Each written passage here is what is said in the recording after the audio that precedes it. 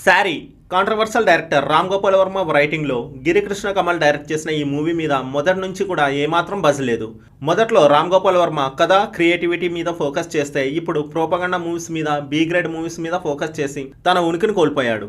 ఒకప్పుడు cinema poster మీద వర్మ పేరుంటే సినిమాలో ఏదో ఇంట్రెస్టింగ్ పాయింట్ ఉంటుందని థియేటర్స్ ముందు క్యూ కట్టే జనం ఇప్పుడు అతని పేరు చూసి థియేటర్స్ దగ్గరకు కూడా రావటం లేదు.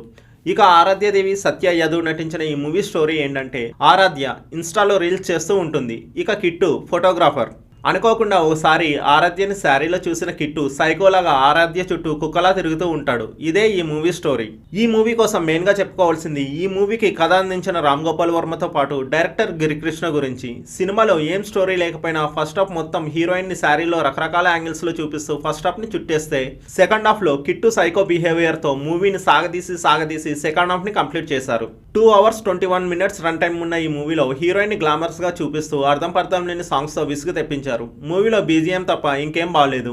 ఈ మూవీకి ఫైనల్ వర్డిక్ట్ ఏంటంటే, మూవీ ఎలా ఉన్నా రామ్ గోపాల్ వర్మని ఇష్టపడేవారు టైం పాస్ కోసం ఒకసారి చూడొచ్చు. ఈ మూవీకి నా rating 1.5 out of 5. Thanks for watching.